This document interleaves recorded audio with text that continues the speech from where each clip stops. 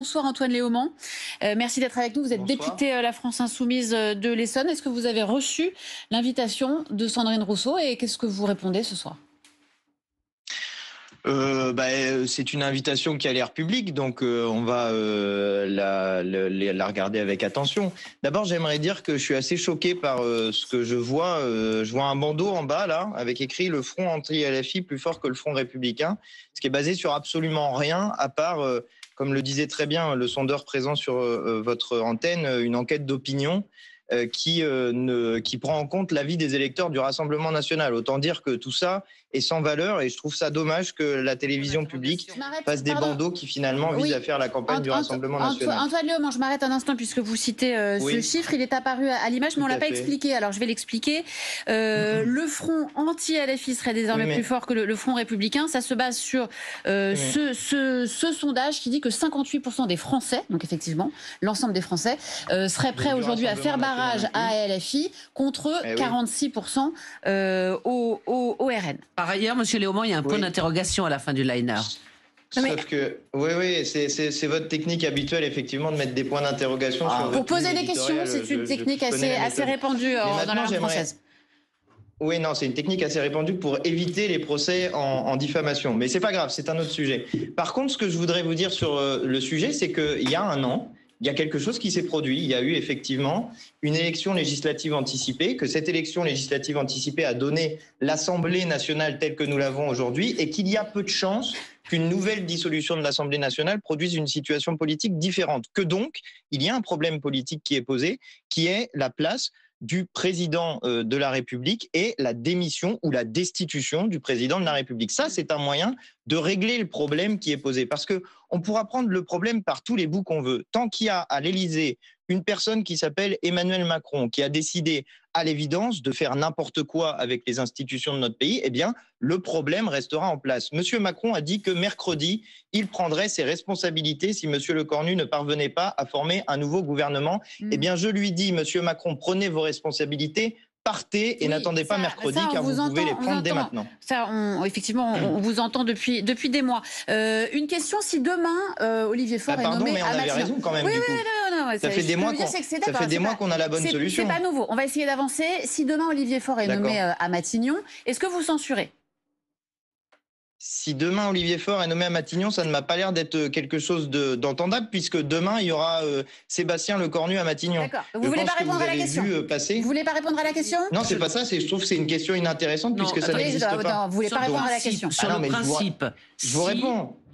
Ah voilà, là c'est un meilleur bandeau. La gauche peut-elle prendre le pouvoir? Oui, avec une élection législative anticipée ou avec une présidentielle anticipée. Monsieur Léaumont, une question, j'espère qu'elle vous reviendra. Est-ce que sur le principe, si Olivier Faure réussissait à faire un gouvernement avec les écologistes, pardon, pour éviter la dissolution, est-ce que vous censuriez par principe? Mais Olivier Faure n'est pas demain, je parle de jeudi, mettons. Vous faites des scénarios qui sont extrêmement intéressants, mais qui n'existent pas, qui n'ont aucune réalité. Et puis par ailleurs, il y a une déclaration de tout à l'heure de Monsieur Jouvet, laissant entendre que c'était totalement possible. Vous voyez quand je vous parle de Monsieur Jouvet. Pardon, oui, je rigole parce que M. Jouvet n'est pas M. Macron. Et je ne sais pas si vous avez remarqué, mais on a gagné les élections législatives il y a un an. C'est qui le on maintenant. Mais c'est qui le on? Vous êtes plus d'accord? On a gagné les élections législatives il y a un an. On a proposé quelqu'un au poste de Premier ministre. Je constate d'ailleurs que plus personne ne parle de Lucie Castet, alors qu'on avait un point d'accord sur Lucie Castet. Donc M. Faure veut être Premier ministre, ça on le savait, il l'a déjà dit. Souvenez-vous, juste avant que M. Lecornu soit nommé, c'était il y a 26 jours, mais il faut avoir un petit peu de mémoire, il y a 26 jours, Olivier Faure disait « moi je suis prêt à être Premier ministre ». Et ben voilà, il s'est passé qu'on a eu M. Lecornu. Là, on a eu M. Lecornu qui a donc nommé un gouvernement qui a tenu cette fois-ci 14 heures, c'est quand même un record. Et une fois que ça s'est fait, qu'est-ce qu'ils font? Ils recommencent, M. Lecornu jusqu'à mercredi. Et si c'est pas M. Lecornu, eh bien M. Macron a dit qu'il prendrait ses responsabilités. Est-ce que vous pensez que prendre ses responsabilités, ça veut dire nommer Olivier Faure Premier ministre. Emmanuel Macron à prendre sa décision. Je pense que si on connaissait la position de LFI, c'est-à-dire savoir si éventuellement ça serait un soutien sans participation. Ça, Madame Saint-Cric, c'est votre stratégie pour essayer de faire dire que les Insoumis censureront ou censureront pas. Mais c'est pas ce que je vais pas répondre à cette question-là qui n'est pas possible. Allez, vous pensez réellement qu'Emmanuel Macron va prendre sa décision basée sur un... Pardon, c'est très difficile en visio. Antoine Oberdoff, qui est journaliste, pas à France Télévisions, journaliste à l'Opinion, qui nous a rejoint.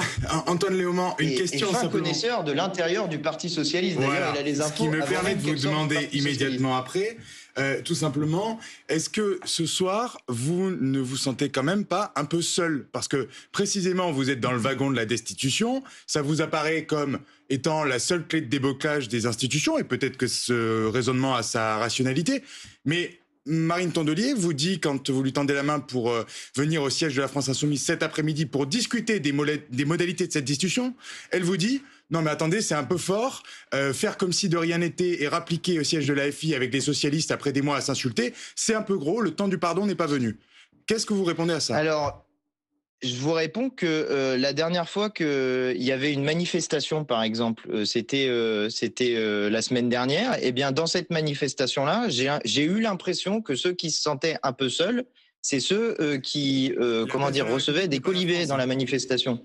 Donc, comment? La place de la République n'est pas la France.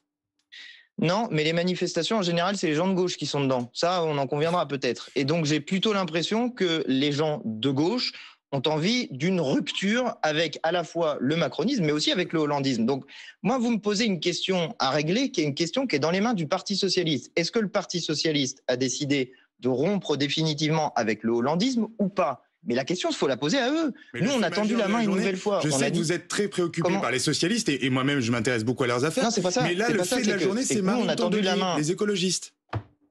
Mais c'est pareil, Marine Tondelier, vous savez, vous m'avez posé la question tout à l'heure en me disant, est-ce que vous êtes d'accord avec la proposition de Sandrine Rousseau, des écologistes, de se réunir tous et d'y aller ensemble? Donc vous me dites tout à l'heure, on a une proposition d'une verte qui nous dit qu'elle veut qu'on se retrouve ensemble, et vous me dites, Marine Tondelier, par ailleurs, Marine Tondelier, elle n'a pas forcément dit non. Elle a dit pas aujourd'hui. Voilà, ça veut pas dire non. Moi, j'ai vu plusieurs responsables et du Parti communiste et des Verts qui disent qu'ils veulent un cadre de réunion à plus que 3. Mais c'est le PS qui veut une réunion à 3 sans la France Insoumise. Bah écoutez, je peux pas vous dire autre chose que de demander, poser la question, vu que vous les connaissez bien, poser la question aux socialistes de s'ils sont prêts à faire une alliance avec nous. Parce que nous, c'est assez clair. Il y a un programme qui est le programme du nouveau Front populaire, le SMIC à 1 600 €, l'abrogation de la réforme des retraites, un programme sur lequel on s'est engagé et on s'est fait tous élire.